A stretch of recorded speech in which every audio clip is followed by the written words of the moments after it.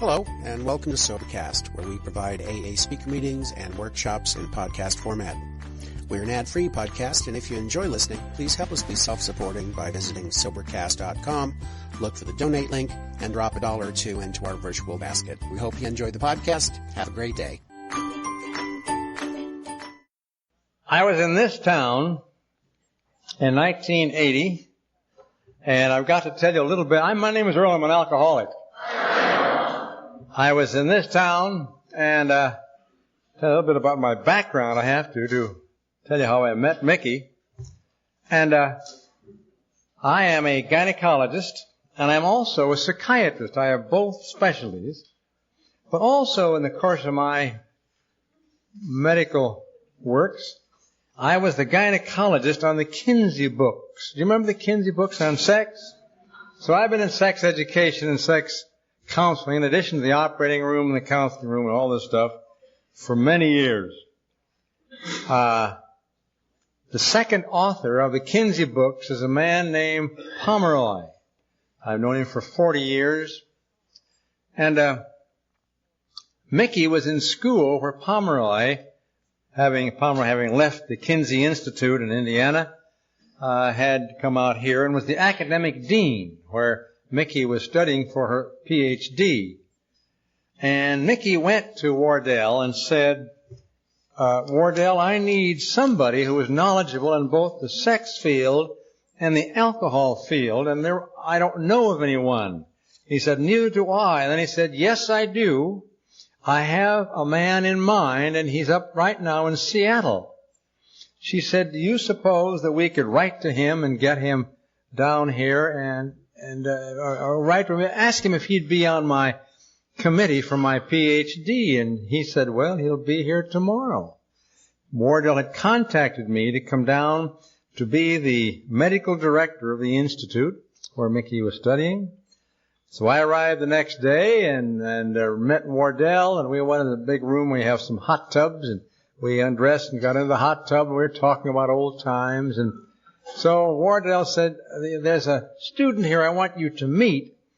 So he picked up the phone and called up to the secretary's office, and Mickey, in addition to being a student, was also doing some work there. She's an excellent accountant. And he said to the one who answered the phone, would you please send Mickey down to the hot tub room? So Mickey came in, took off her clothes, got in the hot tub, and Wardell said, Earl, this is Mickey. And I said, how do you do? She said, well, will you be on my Ph.D. committee? And I said, baby, I'll do more than that. I'll marry you. So you see, you got to stay away from hot tubs. That's what happens to you. Well, let's see.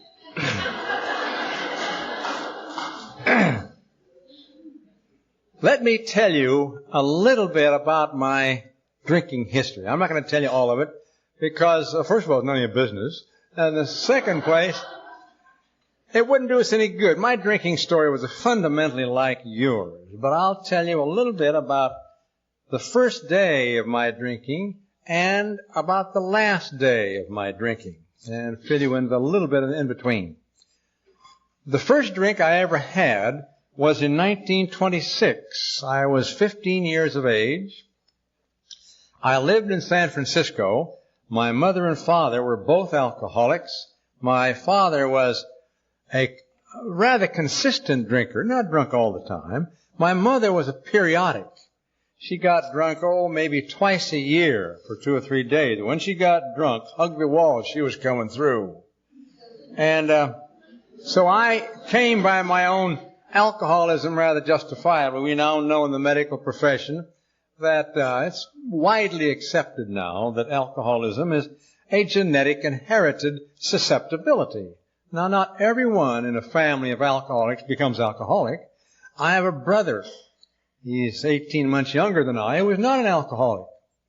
We go out to dinner, Mickey and I, and my brother Dick and his wife Lynn, for Christmas or Thanksgiving. And we'll go to a hotel and have the Christmas dinner, let us say, and he orders a martini. And he takes the martini and he looks at it through the light, like that, Then he puts it underneath his nose to get the bouquet. Then he looks at it again. And then he takes it to his lips and he sips it. Then he has the temerity to sit the damn thing down again like that. And early in my sobriety career or in my drinking career, I would think to myself, why don't you knock that thing off? You know. But you see, he is a sensible, normal drinker. You see, we as alcoholics know how to drink booze badly. We are slobs when it comes to drinking. We know just how to slurp it in, you see. So not everyone in an alcoholic family becomes alcoholic. And he is not one. Well, anyway, I had no opportunity to drink in 1926 because in my home, when my parents were not drinking, we became very dry. We had nothing in the house at all. When they were drinking, well, we had alcohol all over the place, but we didn't dare try it because we were too busy staying out of the way, my brother and me. Then this is also the days of Prohibition, and it was illegal. And so I had no opportunity to drink. So a friend of mine, who was now a retired colonel from the Army, and I went up to Guerneville, which is in the Russian River, some of you may know in California, not too far outside of San Francisco, specifically to try alcohol. We got there, and we got a tent. Now, they didn't have cabins in those days. They were platforms with tents over them, and there were a whole series of them down here, maybe 10 tents on this side and 10 tents on that side. We then went to a bootlegger whose name was Martinelli. Old Ma Martinelli. She had great big varicose veins on her leg, and she was a plenty mamma mia. She had about 10 children, and she was just beautiful. In 1932, when Prohibition was repealed, she started the Martinelli Winery, which is now known down in California. And she makes, maybe some of you had up here, Martinelli apple juice. That's from old Ma Martinelli. Well, we got 4 quarts of red wine.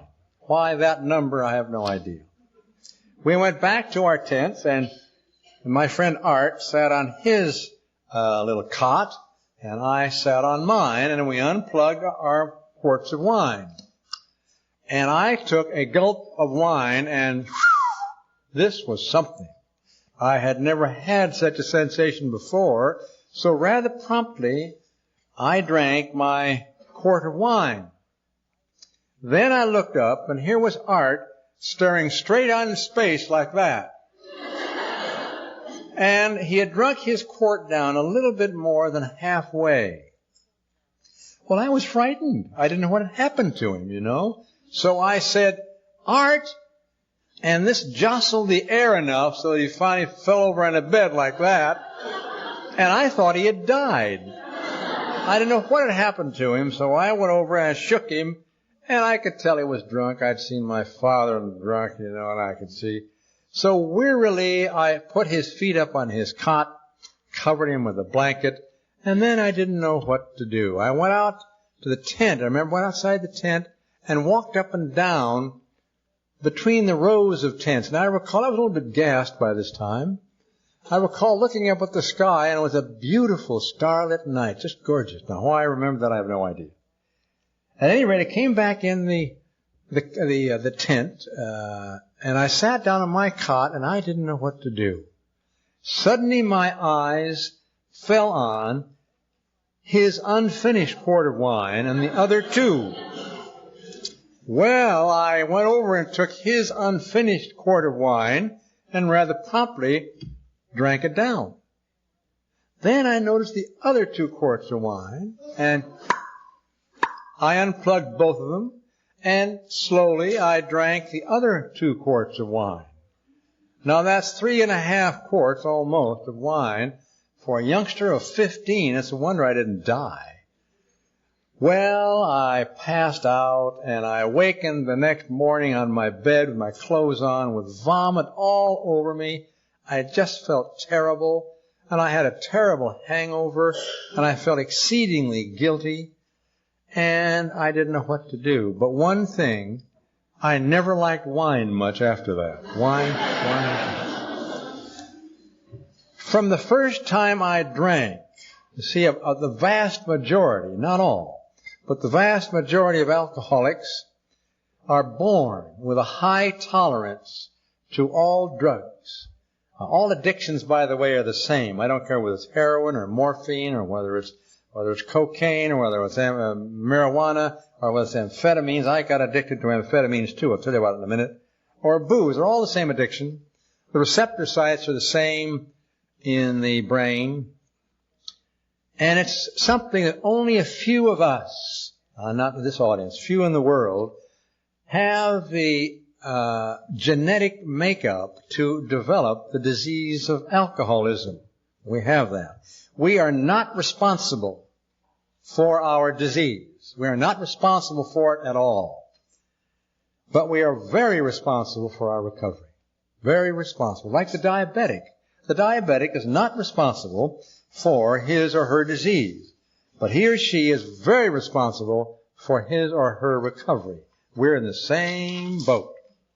Well, at any rate, the rest of my life, I drank just the same way. For my first drink, I drank alcoholically. But from then on, my periods of drinking were not too common. I was in school, finally the university, and finally medical school. So I was planning a career, and I completed it. And I didn't drink too often. But when I drank just exactly like that. Vast amounts. To sit down and take a drink was foreign to me. I didn't, as a matter of fact, sometimes in my drinking career, people would say, let's have a drink, and when they said it, I got kind of sick. What for? What is that for?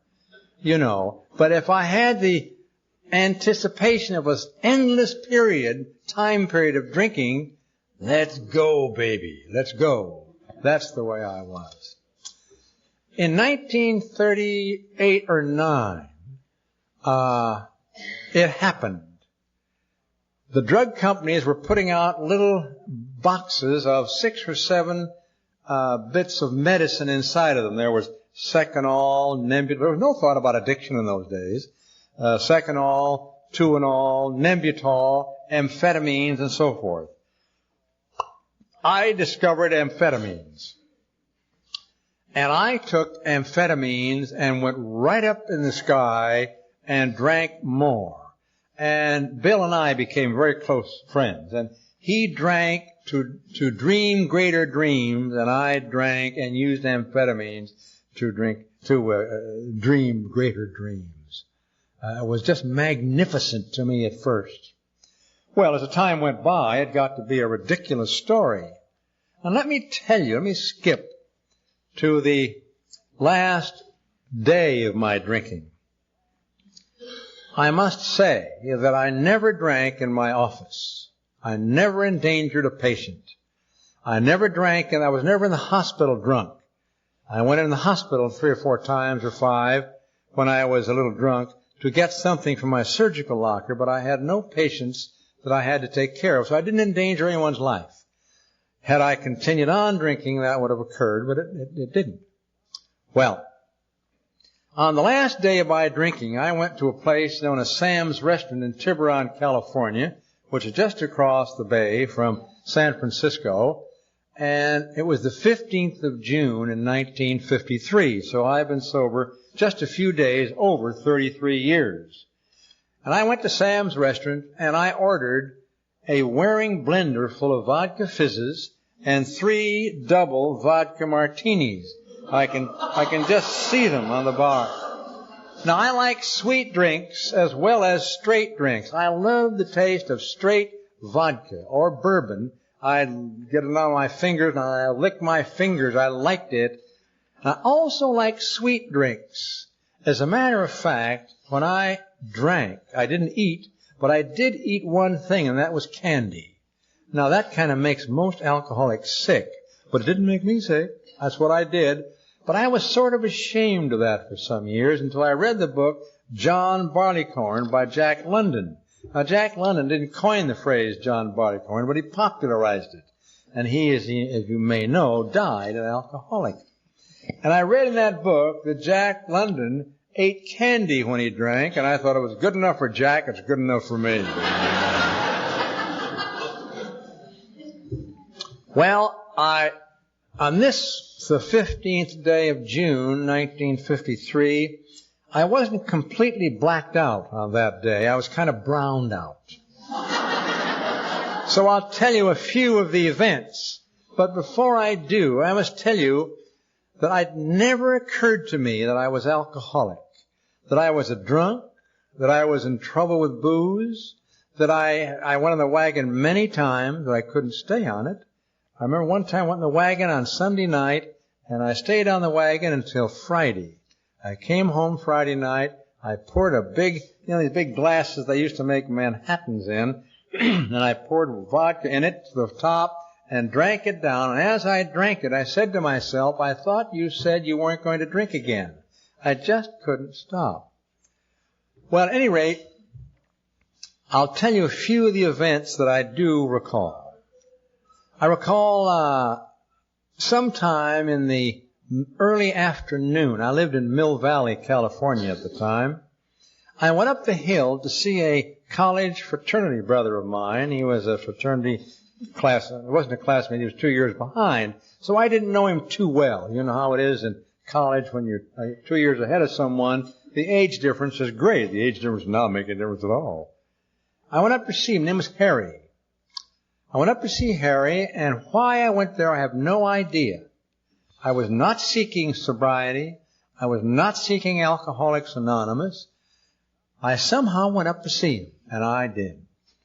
I went up there, and he said, I am no longer drinking. And I said, is that so? He'd been in lots of trouble. He'd been in jail several times. His wife had left him. He was rather well-to-do. He had inherited some money, so he wasn't in financial difficulty.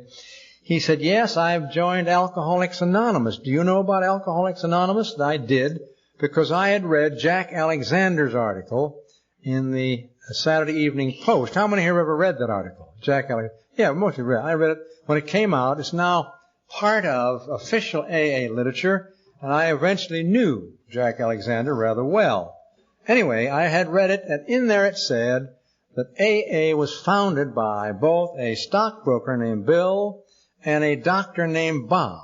And because there was a doctor involved, I identified with this. So that's all I knew about AA. So he gave me a couple of pieces of paper like this that came together and were bound here at the side. And you opened them up, and they were about 25 sentences addressed to the active alcoholic who was about to stop drinking. This had come from Akron, Ohio, where Dr. Bob was.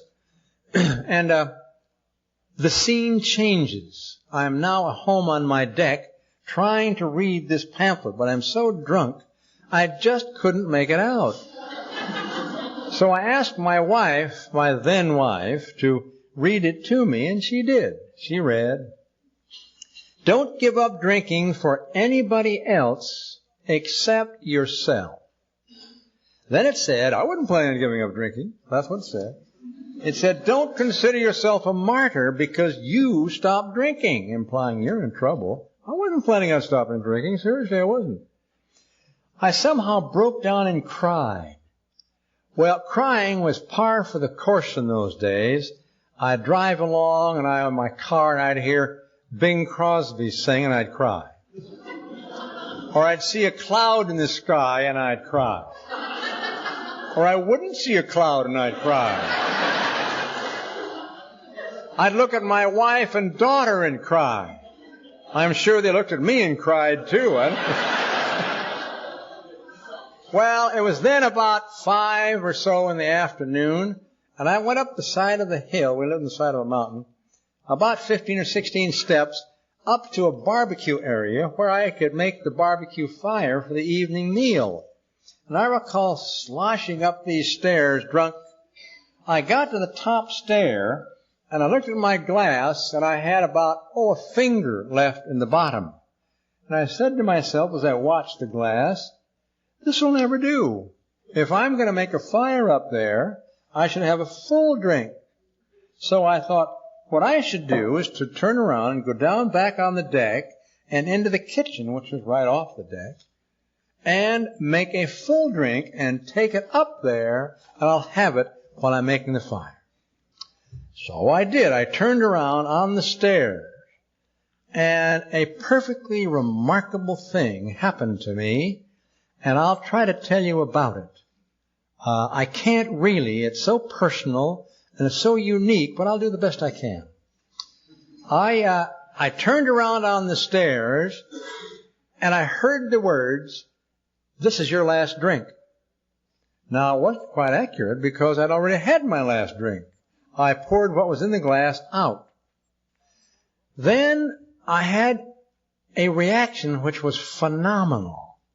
It was as though an explosion occurred inside of me. It just ripped me apart. It tore me apart. I felt literal pain.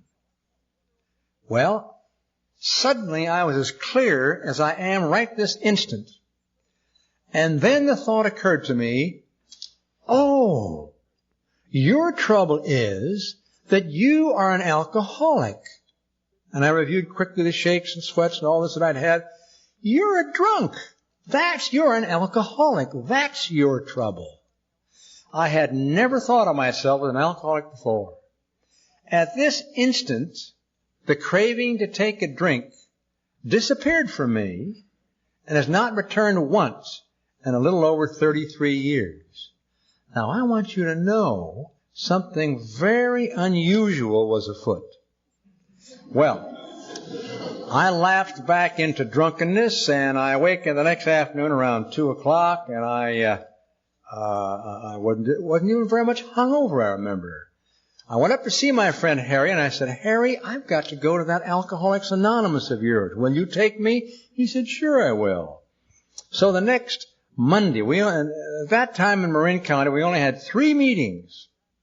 Now they've got 300, with 3 meetings. And the next, I guess, was Tuesday. He took me to an AA meeting in Mill Valley. Well, let me tell you about my first meeting. I walked into the Methodist Church, the Wesley Hall, and there was a banquet table, a typical 4x8 banquet table. And at this end of the table sat a man named Clark Billingsley, now dead, died in Carson City, Nevada, who was the community butcher in Mill Valley. And on this end of the table sat a little bald-headed guy, only 5 feet tall, bald as a billiard ball, whose name was Shorty. And on this side of the table sat a guy named Vern Weir, who was a baker. And on this side of the table sat my friend Harry, who was kind of a, ne'er-do-well inventor. And the great doctor. Well, I looked around at these people, and I looked at the butcher and the carpenter, and Vern was a baker, and this inventor friend of mine, and I thought, what are you doing with these people? And I asked Clark if I could be excused, and Clark said, "By all means, doctor." So I walked outside the Wesley Hall, and I stood under the linden tree that's outside, and I took counsel with myself. And I ran down all of my professional accomplishments, all of them, and on my professorial status. Now, I won't bore you with all that nonsense. It's not nonsense, but I won't bore you with it. And I stood there tall and erect and said, "Do you mean to tell me," says I to the heavens, "that you've got to go in there to get a butcher and a carpenter and a baker and a half-baked mechanic to make a man out of you?" And then I paused, and after a few seconds, the answer came. And the answer was, "You're damn right you do. You get yourself in there." So I walked back in the meeting, and I want to tell you, never has there been a doctor who has been so grateful to a butcher and a carpenter and a baker and a mechanic as this one. These people just knew how to handle me with the greatest of kid gloves and my great big fat ego. They knew just how to nurture me and cut me down to size, so I didn't really know it until finally I got down. Well, I dove into AA with all my heart and soul. I dove in, I was pleased and happy. I had found something. I'd found out what my trouble was. God, I'd gone to a psychiatrist. Here I was one. But there's nothing worse than a confused psychiatrist, Well, anyway, I had thought of all kinds of things, but I had never thought about spiritual things. Well, I got a big book and a 12 by 12, and I put them in my car. And by the way, the book that I first put in my car is still there. Every car I get, I transfer that book to the new car that I buy, and it's still in the car, still there. It's been there for 33 years. And I got several big books, one at my nightstand at home, one on my desk at my office, one at my surgical locker in the hospital, and I had them all over the place. Well, there was a group in Mill Valley run by a guy named, I've forgotten his name, but that doesn't make any difference. He ran a group entitled Jesus as Teacher. Now, this was organized by a man named Sharman. Maybe some of you know about Sharman's work. Sharman was not an alcoholic. His brother came into AA, by the way. He was from Canada. And these were works that talked about not the so-called divinity of Jesus, but the practical aspects of his teachings. But this group, I didn't know it. I didn't know the difference between this and an AA group. This group was a bunch of AA people. I got invited, but it wasn't really an AA group. It was a one-upsmanship group. And they were reading all kinds of literature, by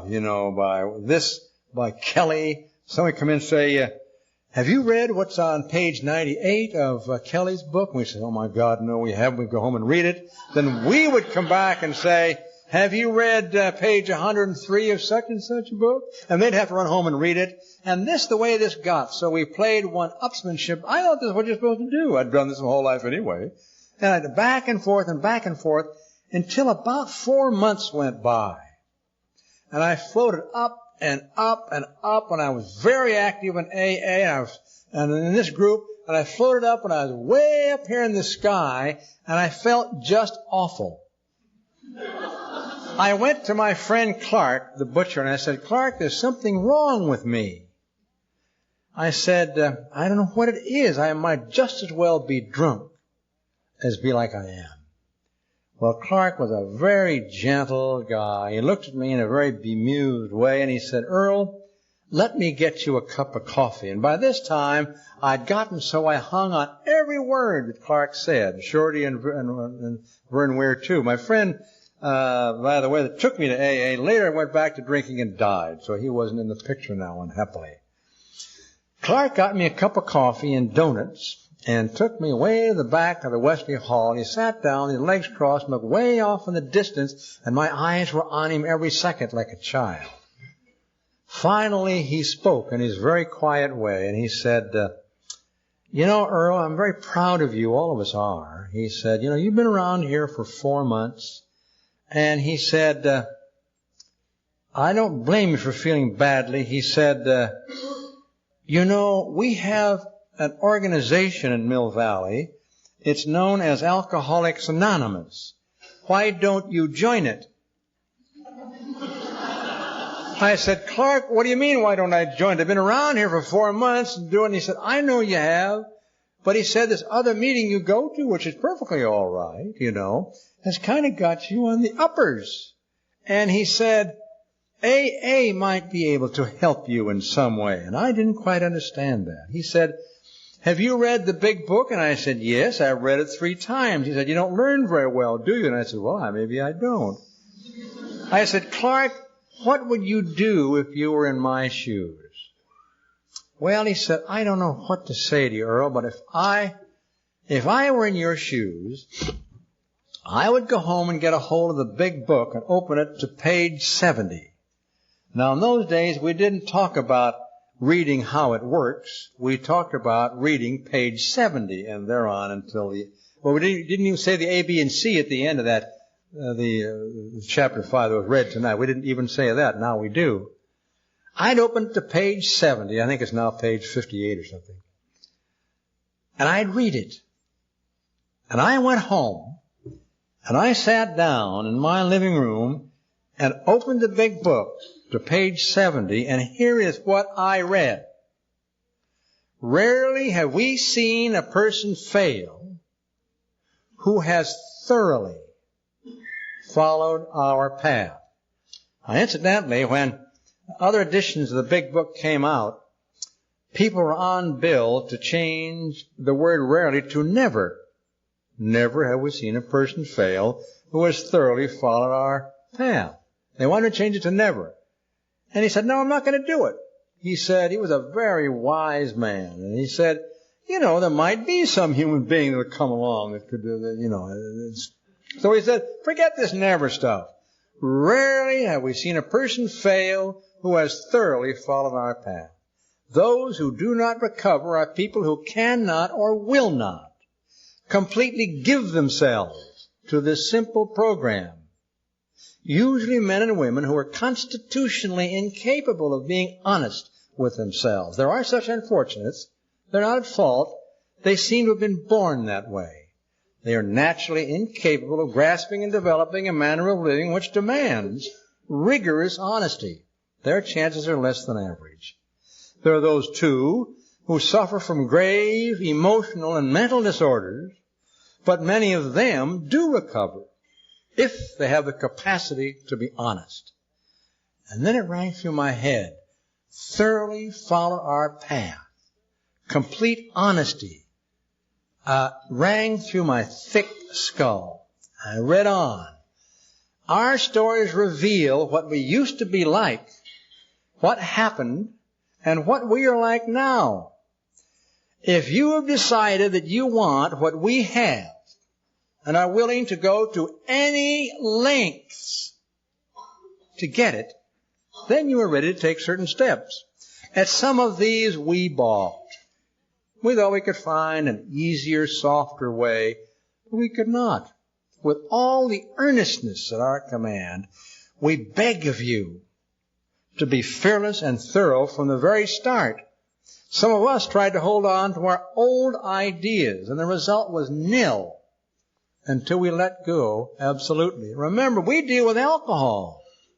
Cunning, baffling, powerful. Without help, it's too much for us. But there is one who has all power, and that one is God. May you find him now. Half measures availed us nothing. It didn't say half measures availed us half, or 95% measures availed us 95%. It said clearly and succinctly, half measures availed us nothing. We stood at the turning point. We asked his protection and care with complete abandon. God, complete abandon, giving myself to the program, total honesty, and not hanging on to old ideas, rang through this man's thick skull. And AA got born within me. Number one, it said, we admitted that we were powerless over alcohol, that our lives had become unmanageable. Now, by the way, it doesn't say you have to admit you're powerless over alcohol. All the 12 steps are steps that the first people took. They didn't say you have to take them. If you're going to stay sober, you might be wise to take them. But on the other hand, it didn't say, he just said, here are the steps we took, which are suggested as a program of recovery. We admitted that we were powerless over alcohol, that our lives had become unmanageable. Now, after the first half of that first step, it became clear to me over the years, maybe not to you, but to me, that we deal only with the emotional and spiritual and psychological sides of life. And all three of those things are the same. Spirituality, emotional things, psychological things, they're all the same. We just use different words for them. So the AA program, after that first half step, in the first step, we admitted we're powerless over alcohol. From then on, it all has to do with our emotions. It has nothing to do with our material world at all. Came to believe, said number 2, that a power greater than ourselves. Now, who is ourselves? It means our fat ego. What is ego? It's all of consciousness. All these things we believe in, all these ideas we fight for, all these ideas we stuff down somebody else's throat, including our own. That's what ego is. All of consciousness is the ego. Came to believe that a power greater than ourselves could restore us to sanity from this ego run. Now, you know, one doesn't have to be very brilliant to become aware of the fact that, you know, there's something very mysterious and mystical and magical going on in this universe. I don't know what it is. I'm sure you don't know what it is. You may think you do, and maybe you do. Maybe I'm the only one who doesn't. But I don't know what it is. I have no idea. There's no question that it's fabulous. There's something very magical in this whole thing. Step 3, made a decision to turn our will and our lives over to the care of God as we understood Him. Not as you understand Him, not as you understand Him, not as you understand Him, but as we understand Him. Our own idea. It became perfectly clear to me, and I now say it to you if you will use it, that your life is none of your business. Your life is none of your business. What do you mean my life's none of my business? Just that, it's none of your business. Well, if I say it's none of my business, what am I supposed to do? Hang out and watch it all come down. That's what you got to do. I mean, you know, it's not very mysterious. If you think you run the universe, well, be my guest. I found that it's very difficult for me, and believe me, I'm the president of the organization that tries to run this universe. And I have handed long ago, I've handed in my resignation. I occasionally take it back a little bit, but made a fearless and searching moral inventory of ourselves. Now, you know, AA was originally founded on very Christian principles. It came from the Oxford movement. Sam Shoemaker, whom I knew very well, and little Eddie Dowling, the little Catholic priest that almost converted Bill into Catholicism. All those guys were in there in the beginning of AA. And Sam Shoemaker, whom I knew very well, was the head of the Oxford movement in the East, and he was their minister. And it was Ebby Thatcher that was in his congregation who came to Bill and gave him the message. And Ebby was a mean little guy. I know we'd sit at conferences now and again, and Ebby would look up, and as Bill told the story about how Ebby came to his kitchen to give him the message, and Ebby would say to me, "That's not the way it happened at all. It didn't happen that way at all. It didn't happen that way." Well, it's the way Bill saw it. The way Bill saw it, and so Ebby finally accepted that it's the way Bill saw it. Sure, that's right. The program has got some old Christian words in it, and that may sit with some difficulty with some of you, and others it may not. If you don't like the word moral, change it to morale. Morale. Pretty good? You can use that if you want to. It's all right. You can use it. Admitted to God, to ourselves, and to another human being the exact nature of our wrongs. Well, I don't know. It's been my experience that we don't have wrongs. I don't think that we have any wrongs. That we may have some things that we need to, that will grow to something else. I think we're all just kind of great just the way we are. If we accept ourselves exactly as we are, change happens. If we don't accept ourselves as we are, change doesn't happen. What you resist will persist. You can take that home with you too if you want. You can use that. Life is for living, not for fixing. God, I'm full of them tonight. You can take... Yeah,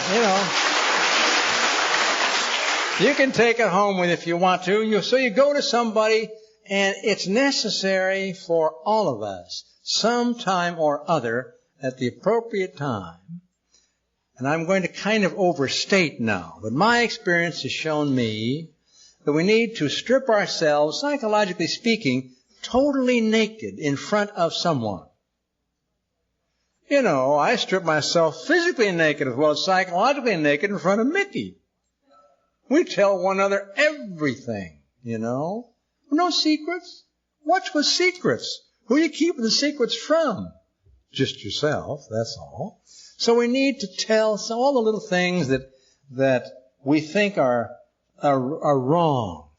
They aren't wrong. We all are the same. We all have the same problems. We have the same resentments, the same hatreds, the same joys, the same happiness, the same envies. All of us have the same.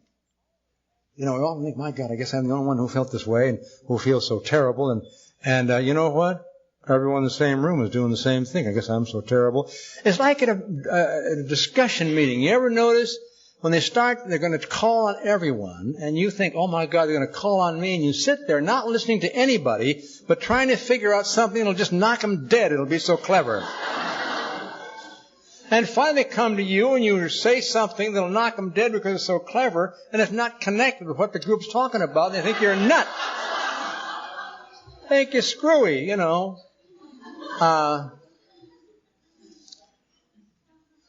You see, emotionally speaking, not in the material world now, there is no time. It's always now. Always now. If it's always now happens to be forever. There's no place to go, baby. We're all here together. There's no place to go. We're all doing it. We're all doing the boogaloo together. No place to go. Talking to one another. All jazzing at the same time. Nothing that you've got to do. You're not running the damn thing. So you just hang around doing it and coming down, watching it all come down and talking, hello there, God. Hello, God. How are you, God? Glad to see you, God. How are you, God? We're all God. This is God. The lights are God. The microphone. If I becomes clear that the whole thing could be called God. Now, that may not fit with the way you look at it. Maybe you feel that there is a cosmic Santa Claus out there. Well, that's all right. I have no argument with that because that's the way you see it. Cosmic Santa Clauses and I never had much to do with one another somehow. But seeing everything around, the trees, the flowers, the skies, the Mickeys, all around, it jazzes me just to watch it happen. And when I get in there trying to change it, and I do once in a while, I get myself into hot water. I mean hot water. We're entirely ready to have God. So step 6, entirely ready to have God remove all of our defects of character. Well, I don't know how you look at it, but I don't think that we have defects of character. I think we have things that we've messed up in our drinking careers that we've got to put straight, but that's not a defect of character. That's just a mistake we've got to rearrange, that's all.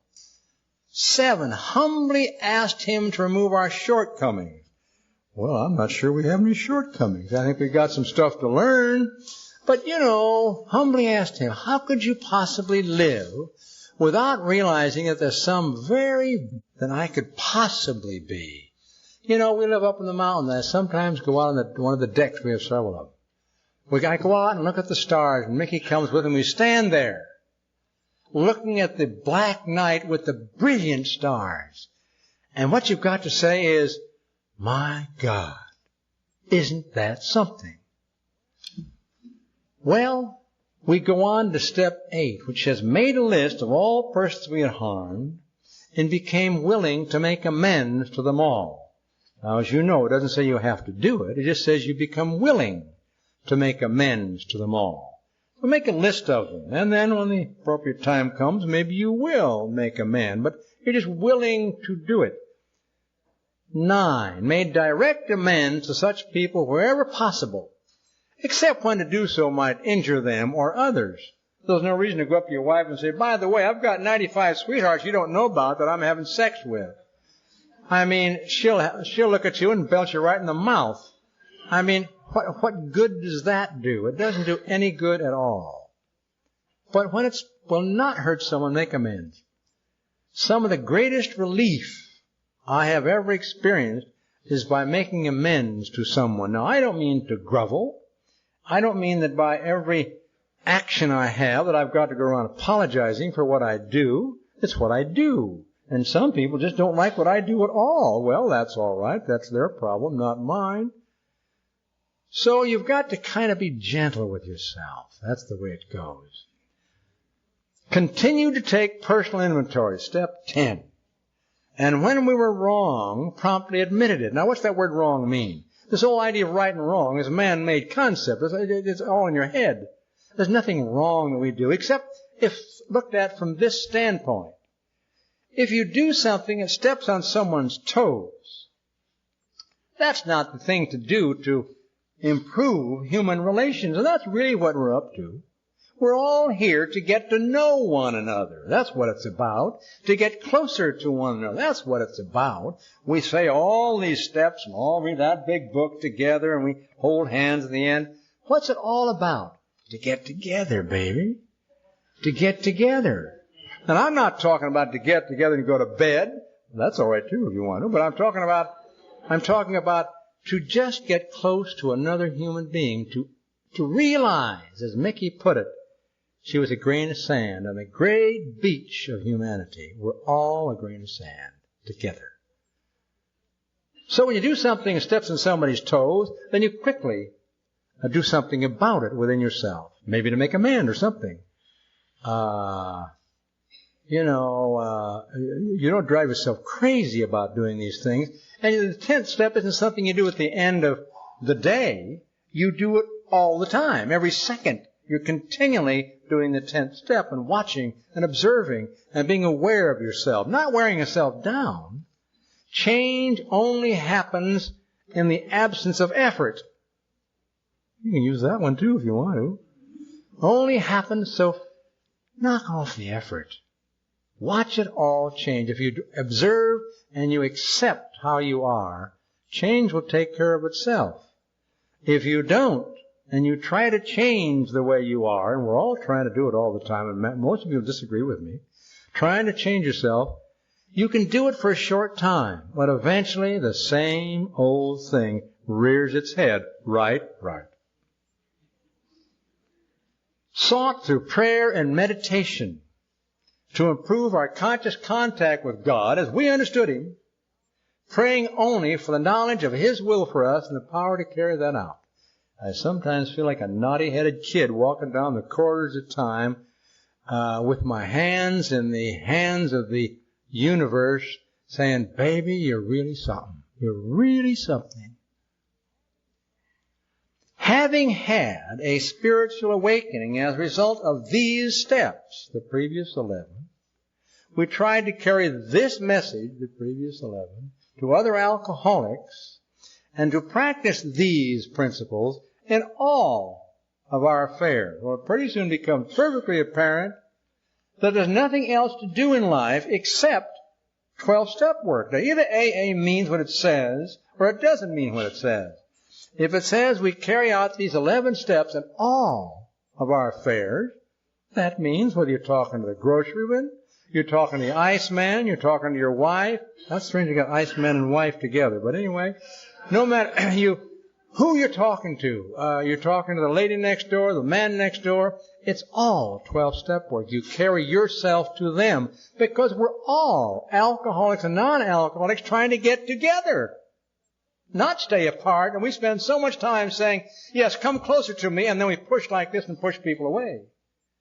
Come on, baby. Come in and join the water. It's warm and fine. So all we do is 12-step work. Some of us exclaim, what an order. I can't go through with it. Do not be discouraged, said the big book. No one among us has been able to maintain anything like perfect adherence to these principles. We aren't saints. The point is we're willing to grow along spiritual lines. The principles, these 12 principles we set down, are guides to progress. We claim spiritual progress rather than spiritual perfection. Our description of the alcoholic, the chapter to the agnostic, and our personal adventures before and after make clear 3 pertinent ideas. A, that we were alcoholic and couldn't manage our own lives. B, that probably no human power could have relieved our alcoholism. And C, that God could and would if He were sought. Now, the AA program is so tremendous. It's so broad. It's so expansive. Let's talk about a little corner of it just for a second.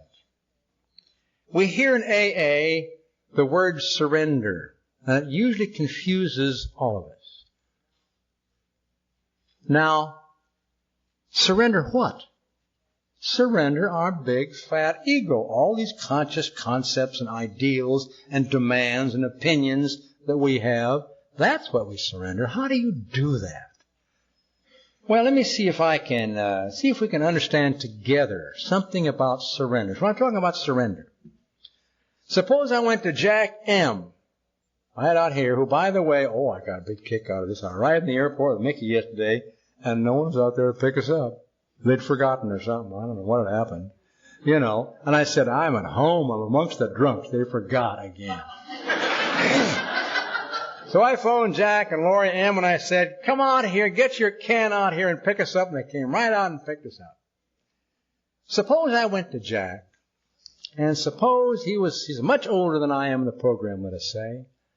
And I went to him, I'm talking about surrender now. I went to him to tell him all of my troubles.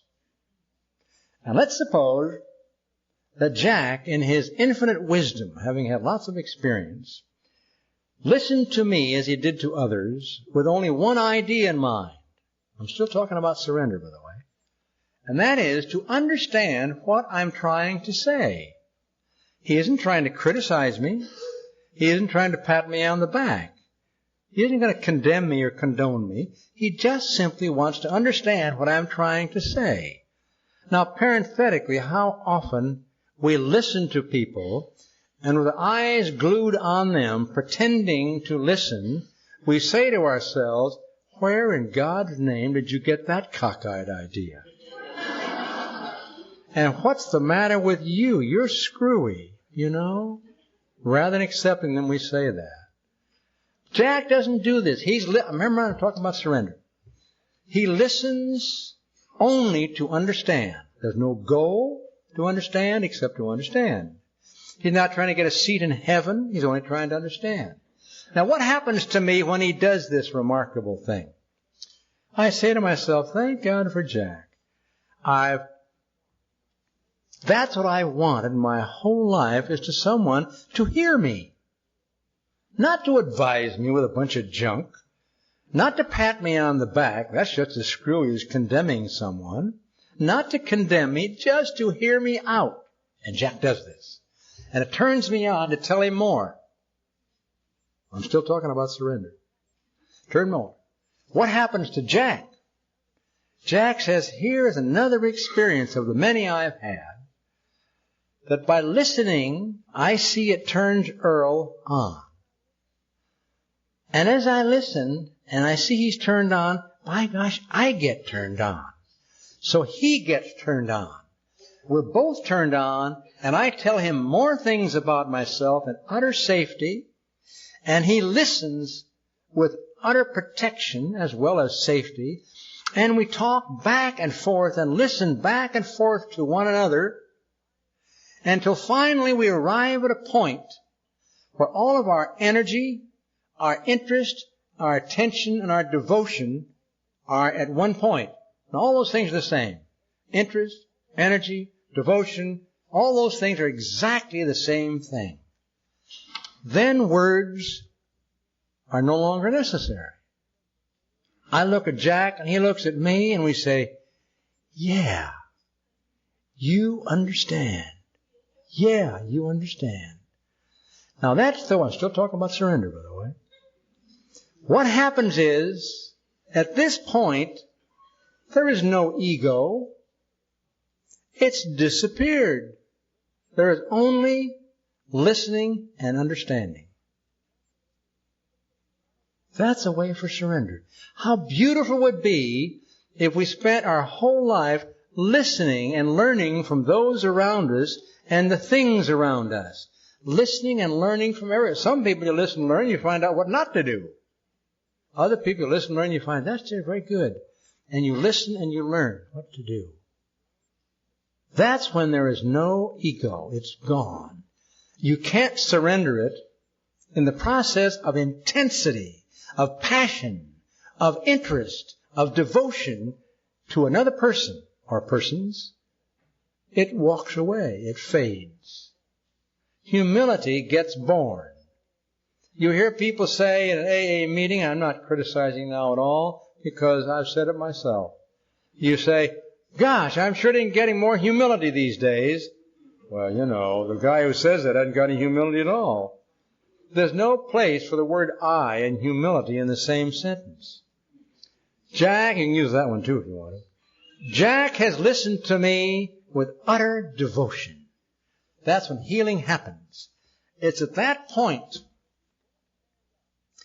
that we both stand up as two solitary human beings in solitude near one another. Not depending on one another, not avoiding one another, next to one another, but solid and specific human entities standing tall.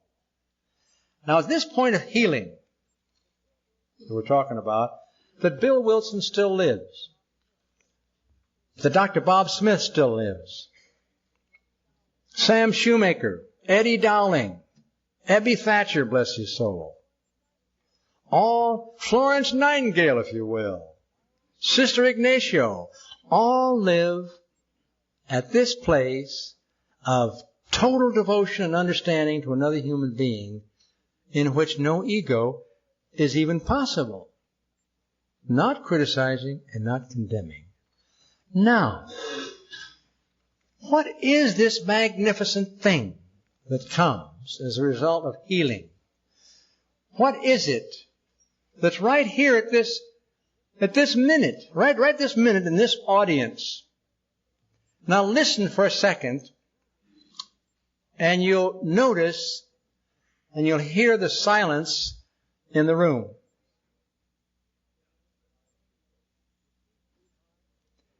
You see, sweetheart, you see, loved ones, we are together. That's the point. Now, the very force that binds us together in devotion, in interest, in attention, as we listen with our hearts and souls to one another, to me, is the very essence of God. God bless you all.